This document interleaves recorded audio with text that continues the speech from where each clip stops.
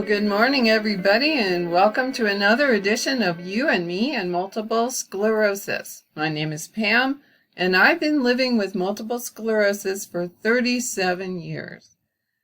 Well, I have to say, I'm beginning to wonder if I'm a dinosaur, though. That's not all to the bad. I've had this disease for a long time, and there were certain treatment protocols in place when I was diagnosed. And things are different now. I wanted to look at a few of the articles that I've been reading lately that have reinforced the idea when you have any kind of symptom that you don't understand, the sooner you get to a doctor, the better, because things have changed an awful lot in the 37 years since I was diagnosed with MS.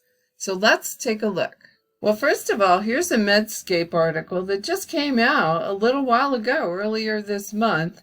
I love the title, Good News for MS Diagnosis and Prognosis. Well, we all need good news when it comes to this, don't we? This wonderful disease that we would dearly love to see it cured and gone for good. Well, the good news is not necessarily that it's cured, but here's what they are saying. I'll just read this first couple of paragraphs here. 25-year data show a positive shift toward earlier diagnosis and treatment of multiple sclerosis, as well as improved prognosis over time. So their study shows that since 1994, the time to MS diagnosis has decreased, and treatment initiation, the beginning of treatment, has increased in patients with clinically isolated syndrome. Now, this is key because when I was going through the beginning stages of what later was found to be multiple sclerosis, I had some symptoms that they would have considered clinically isolated because they did not affect different parts of my brain or body. They weren't really sure what to make of them, so they would call that clinically isolated syndrome. And as a result, I was not treated in any particular way. Nothing really much was done for me. And my diagnosis was in 1995, so almost right there in the beginning of that period.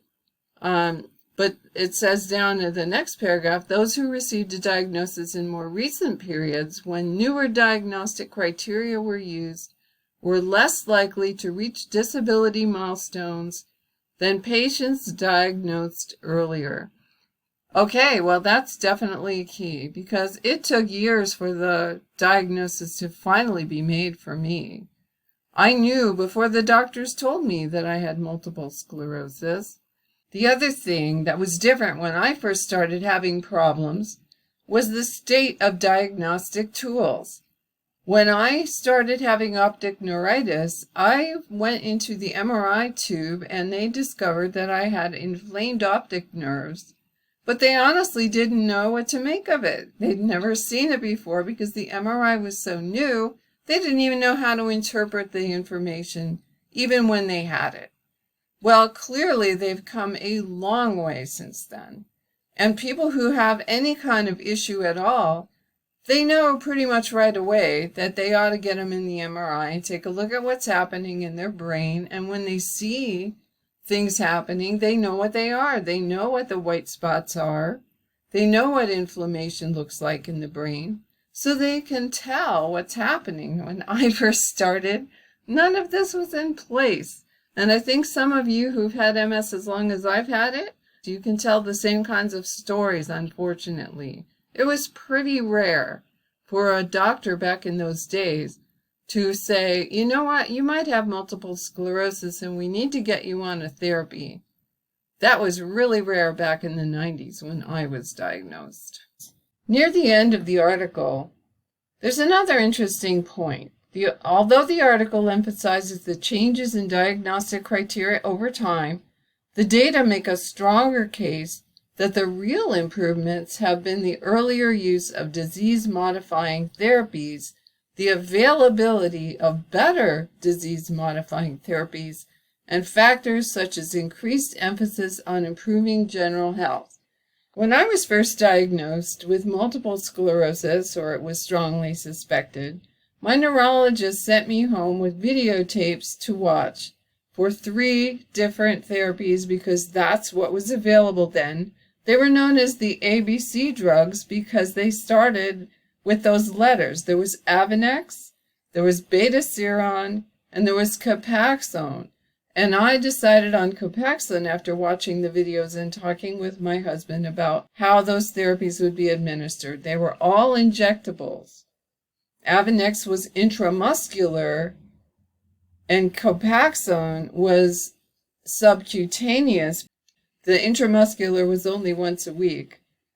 But that sounded a lot more horrible than just under the skin, even though that was a twice daily thing. Morning and evening I had to do it.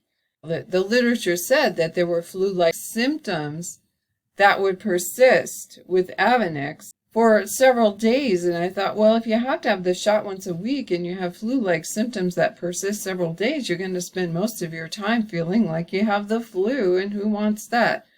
At the time, I really wasn't that disabled. I just was having balance problems and some other issues, optic neuritis, but I wasn't disabled enough that I wanted to feel like I had the flu and spend time in bed. I didn't have time for that. I was working and I was active. I did not want that. So I went with Copaxone, which I'm not really sorry for. But be that as it may, the disease-modifying therapies that they have today are a lot more aggressive than the ones that they've had in the past. Now, I wanted to just highlight this one other paragraph here. However, the study did not evaluate how important other factors are, such as addressing health behaviors and comorbidities. In other words, serious illnesses that you have at the same time that you have MS. For the prognosis of people in the early stages of MS. Another open question is the importance of the choice of initial disease-modifying therapy. And in addition, the study did not address the issue of misdiagnosis, because yes, there have been people who have been misdiagnosed with MS. That study did not look at those particular factors. However, it's still good news, right? It's still basically what it's saying is that the earlier we get in to see the doctor, the better. The same idea is expanded on in this article, Early Treatment for Multiple Sclerosis. And it talks about the same thing, that the sooner you get in to see the doctor, the better. There's a push for earlier treatment these days that in the past was not the case. I like what they have to say here. Doctors may diagnose MS after the first flare if both of these are true, and these are the 2 things, that the symptoms of MS last for at least 24 hours. So some of them could be dramatic, like paralysis, or it could be less dramatic, like numbness that doesn't go away. You might think that you just, slept on your arm or something, but if the numbness doesn't go away in a reasonable time, that's something to be thinking about. Or optic neuritis, which can show up in your life as a sudden blind spot or some other problem with your vision. So that's one thing that the doctors might say, okay, well, you've got MS after even just one of those, which in the past never was the case. The other one is that the MRI shows changes in the brain. And as I already said, they now know what those MRI images show, which in the past when I was diagnosed, it was all pretty new. They didn't really know for sure. They were very conservative. They didn't want to get you started on something if you really didn't have MS. And actually, this article talks a little bit about that at the end here. You may not need medicine if you have any of these following things, these 3 items that are here on the list. A very mild episode that goes away completely, a normal neurologic exam, and then the third thing, if you're in the MRI and you get some images that don't show any damage to the brain and spinal cord. I like how they say little damage to the brain and spinal cord, because if I were a totally healthy person, or I thought I was, and I submitted to an MRI, I almost can't even see doing that. MRIs are not cheap, so I don't know, if I didn't really think I had any problem, why would I do it? But if I were to take an MRI test and I saw that there was little damage to the brain, I don't know. I would say, wait a minute, why is there damage at all? I guess I would be really kind of concerned about that. In any case, what the article says is that the watchful waiting approach spares you from side effects and high costs if it's not clear that you need medication right away. It is good to find yourself a neurologist, even if you suspect that you might have some kind of neurologic issue, because you want to establish care with someone who can see you over time. Even if you don't end up having anything that requires medication at the start, by seeing a neurologist, you have now established a baseline, and that will help the neurologist tell when it's time to start you on a medication if the symptoms persist, or if you get new additional symptoms, or if ones you already have get worse. There's a lot better understanding of when to act. And I have to say, when I was first diagnosed, that was not really clear to the doctors at all. And I don't blame them. They were working with the knowledge and the tools that they had at the time. They couldn't do more than they could do, right? And that's true of anything, not just with MS. So I would cut them a little bit of slack. Okay, finally, I'm looking at an article in Everyday Health that just came out recently, September of this year. Early aggressive MS treatment is superior to the escalation approach, according to a study in Europe that showed that if we start right off the bat with aggressive MS treatment, if we even suspect that it might be MS, or if we've only had a symptom or two, it's better than the wait-and-see approach of the past. Like certainly when I was diagnosed, it was more of a wait-and-see approach, and when they finally did start you on therapy, doctors tended to start with the milder ones first, the ones with the fewer side effects, the ones that were not nearly as aggressive perhaps as what we have today. So as the article says, starting on a highly effective disease-modifying therapy as opposed to switching from less effective to more effective treatments or gradually increasing medication doses based on symptoms slows disability progression in people with relapsing remitting multiple sclerosis. And that's another thing too, is that in the beginning, most of us have relapsing remitting multiple sclerosis. It's so much better to catch it then than to wait until it becomes secondary progressive, like what I have. So the study that was done, it was comparing Swedish with Danish MS treatment strategy. So the Swedish strategy, boy, I say that one 7 times fast. The Swedish strategy is more aggressive to start right out, where the Danish strategy was more the wait-and-see. Escalation is what they call it. You start with the milder treatments and you move on to the more aggressive ones if need be.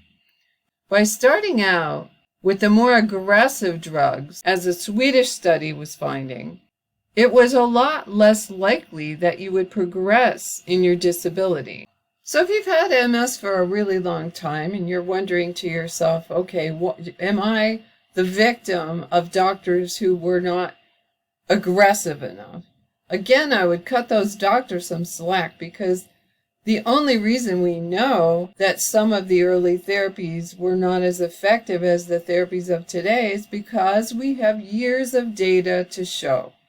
When I was first given an opportunity to be on therapy, there weren't years of data with using the ABC drugs that I was asked to pick from.